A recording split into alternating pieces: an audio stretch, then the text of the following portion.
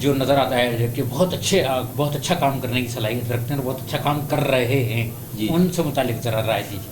ماشاءاللہ فیلڈ میں تو سارے ہی اچھے ہیں، میں تو کسی کے بارے میں یہ نہیں کہوں گا یہ برا ہے، پھر بھی یا اچھا کچھ ہوتے ہیں جو انسان کی سوچ کے رائے کے قریب تر ہوتے ہیں کہ یہ نسبتاً بہتر کام کر رہے ہیں، بہت اچھا کام کر رہے ہیں۔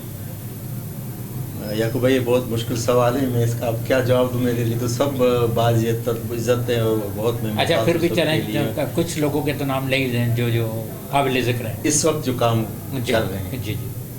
میں تو اپنے اسرار بھائی کا نام لوں گا۔ اچھا اسرار بھائی، بے شک اسرار بھائی بہت اچھے اسرار لگا رہی، بہت اچھی اس سے میں بڑا متاثر ہوں، بہت اچھے آرٹسٹ ہیں، سینئر آرٹسٹ ہیں۔ میں اچھا اگر ہم ڈائریکٹرز کی طرف آئیں کہ اس وقت ڈائریکشن کے حوالے سے کون بہتر کام کر رہا ہے؟ جس طرح ڈرامہ فیسٹیول بھی ہوا، وہاں بھی یہ سب کچھ دیکھنے کا موقع ملا جی کہ کس نے بطور ڈائریکٹر خود کو بہتر طریقے سے منوایا؟ دیکھیے ڈائریکشن کے حوالے سے تو سبھی نے جتنے بھی فیسٹیول میں جن ڈاکٹروں کام کیا ڈائریکٹرس نے اچھا کیا۔